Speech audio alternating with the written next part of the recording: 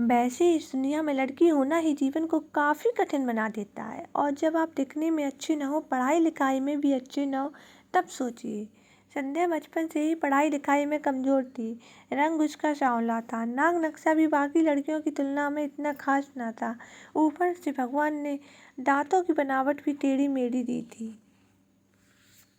जब संध्या छोटी थी तो उस बचपन में स्कूल के बच्चे चिढ़ाते, बड़ी हुई तो गली मोहल्ले के लोग उसे देख कर मोह फेर लिया करते। कोई भी उसका दोस्त बनने को तैयार ना था। उसके रिश्तेदार भी कुछ खास उसे भाव दिया न करते। बस एक उसकी माँ ही थी जिसे उसकी सूरत या लुक्स से कोई फर्क नहीं पड़ता।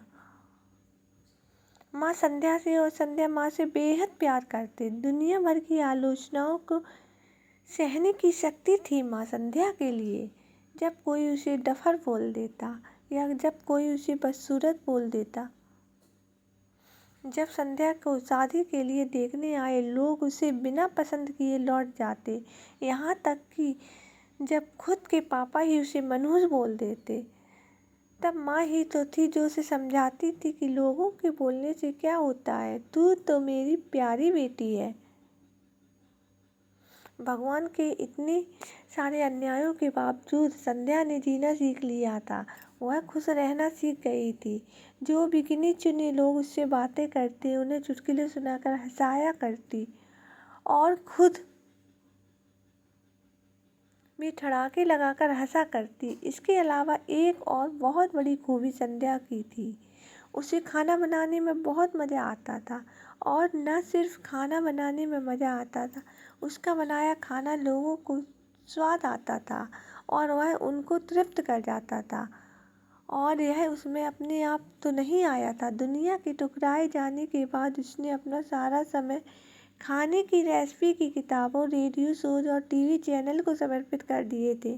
संध्या की तारीफ तो कोई नहीं करता, लेकिन उसके हाथों के बने खाने की तारीफ वह हर व्यक्ति करता जो उससे एक बार चखता है। इस एक गुण की वजह से संध्या अपने आजू बाजू की औरतों में फेमस हो गई थी, क्योंकि जिसे भी खाना पकाना सीखना हो या कुछ नया पकवान बनाना सीखना हो तो वह संध्या के पास आती थी और संध्या भी उन्हें खुशी खुशी सब सिखाती।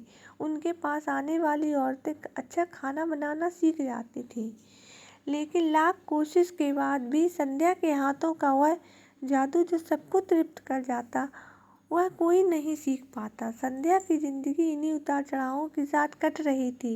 एक बार फिर से माँ बाप ने जी तोड़ कोशिश कर एक फैमिली को संध्या को देखने के लिए मना लिया था और अगले दिन लड़का संध्या को देखने आने वाला था। संध्या को इस बात की खबर होने पर वह बहुत दुखी और गुस्सा हो गई कि बिना मुझसे पूछे पता नहीं क्यों माँ बाप लड़कों को बुला लेते थे और उसका मजाक बना देते थे। माँ ने संध्या को समझाया था कि ऐसा ही होता है, कोई भी बेटी अपने माँ बाप के यहाँ हमेशा नहीं रहती, उसे एक दिन शादी करके जाना ही पड़ता है। अगले दिन संध्या सुबह सुबह ही लड़के वालों के आने से पहले ही सज संवर कर कहीं निकल गई थी। उस दिन लड़के वाले घर आकर माँ बाप को बहुत खरी खोटी सुनाकर गए थे। वैसे ही पापा को संध्या पर हमेशा ही गुस्सा रहता था, लेकिन उसकी इस हरकत ने उनको गुस्से से पागल कर दिया। उस दिन पापा ने संध्या का सारा गुस्सा माँ पर उतार दिया था, यह कहकर कि एक मनुष्य बेटी को जन्म देकर भी उसका मन नहीं भरा था, इसलिए उसको लाड़ प्यार देकर सर पर बैठा लिया। हमेशा अपनी बेटी के बारे में गलत बोलने वालों से नाराज़ रहने वाली माँ आज खुद संध्या से नाराज़ हो गई थी और वह अब संध्या के घर वापस आने का बेसब्री से राह देख रही थी ताकि वो गुस्सा उस पर उतार सके। सूरज ढलने से पहले संध्या घर लौट आई थी। उसके चेहरे पर एक अजीब सी खुशी थी। हाथों में एक चेक था और एक सर्टिफिकेट था। संध्या माँ से कुछ कहना चाहती थी, लेकिन इससे पहले ही कि संध्या अपने मुँह से एक भी शब्द कह पाती, माँ ने उसे खरी खोटी सुनाना शुरू कर दिया। गुस्से में माँ बोलते बोलते इतना बोल गई थी कि संध्या ने कभी सपने में भी नहीं सोचा था। माँ ने कहा, बाकी सभी लोग सही थे, तुम सच में मनहूस हो। तुम्हारी वजह से हर कोई परेशान है। अच्छा होता जो तुम पैदा होते ही मर जाती। यह दिन न देखना पड़ता हमें। गुस्से में बड़बड़ाती और सब्जियां काट रही माँ ने एक बार भी संध्या की तरफ नहीं देखा था। संध्या माँ की बातें किसी पत्थर की मूरत की तरह सुन रही थी। पत्थर की ऐसी मूरत जिसके शरीर में तो जान न थी हो, लेकिन आंखों से आंसुओं की धारा बह रही हो। संध्या ने माँ से पूछा, माँ क्या सच सच में तुम भी यही चाहती हो कि मैं मर जाऊं? क्या इतनी बुरी हूँ मैं माँ? अभी भी गुस्सा सर पर सवार होने की वजह से माँ ने कह दिया हाँ। बिना एक पल भी सोचे संध्या ने सीधा अपने कमरे में जाकर कमरा अंदर से बंद कर लिया था। 1-2 मिनट बाद गुस्सा थोड़ा शांत होने पर माँ को अपनी गलती का एहसास हुआ तो संध्या के रूम की तरफ गई। उन्हें पता था कि संध्या रूम को अंदर से बंद कर लिया है। गुस्से में कुछ कर न ले, इसलिए माँ ने तुरंत पापा को इस बात की खबर दी। दोनों ने काफ़ी दरवाज़ा खोलने की कोशिश की, लेकिन नाकामयाब रहे तो दरवाज़ा तोड़ दिया। अपने स्कार्फ से फांसी का फंदा तैयार कर संध्या पंखे से लटक रही थी। ज़्यादा वक्त नहीं हुआ था, वह सिर्फ बेहोश ही हुई थी। माँ पापा ने तुरंत उसे पंखे से अलग किया, बेड पर लिटाया और पापा ने तुरंत डॉक्टर को फ़ोन किया।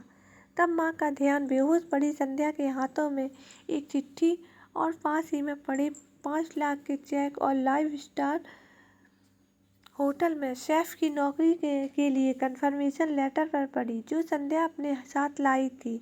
माँ और पापा ने वह चिट्ठी खोलकर पढ़ी जो उसने अभी अभी लिखी थी। चिट्ठी इस प्रकार थी, मम्मी और पापा, मैं जानती हूँ मेरे जन्म से लेकर आज तक के दिन तक मैंने ऐसा कुछ नहीं किया है जिस पर आप गर्व कर सकें, लेकिन मैं आपको बताना चाहती थी कि आज मैं खाना बनाने की नेशनल लेवल कंपटीशन को जीत चुकी हूँ और यह 5 लाख का चेक मुझे प्रथम स्थान पर आने के लिए मिला था। जजिस को मेरा खाना इतना पसंद आया था कि उन्होंने मुझे एक बड़े होटल में बतौर मास्टर शेफ की नौकरी के लिए कंफर्मेशन लेटर ही दे दिया था।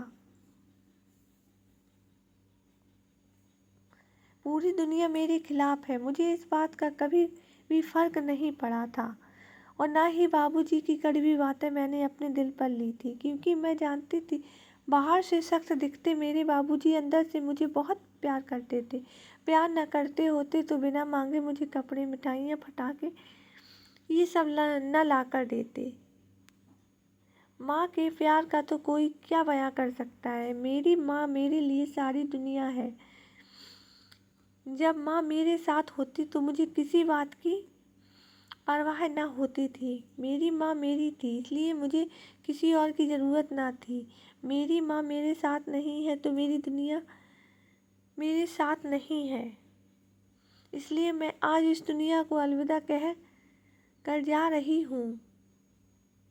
मैं जानती हूँ आपने कभी न कभी भगवान से यह दुआ ज़रूर मांगी होगी कि अगले जन्म मेरे जैसी औलाद ना मिले, लेकिन मैं हमेशा यह प्रार्थना करती थी कि अगले जन्म में तो क्या, मेरे हर जन्म में मुझे आप जैसे माँ पापा मिले। और आज भी यही प्रार्थना करके उसी भगवान के पास जा रही हूँ। चिट्ठी पढ़ते पढ़ते माँ और पापा सर से पांव तक पछतावे में डूब गए थे और बेहोश पड़ी संध्या के सर पर हाथ फेरते हुए फूट फूट कर रो रहे थे।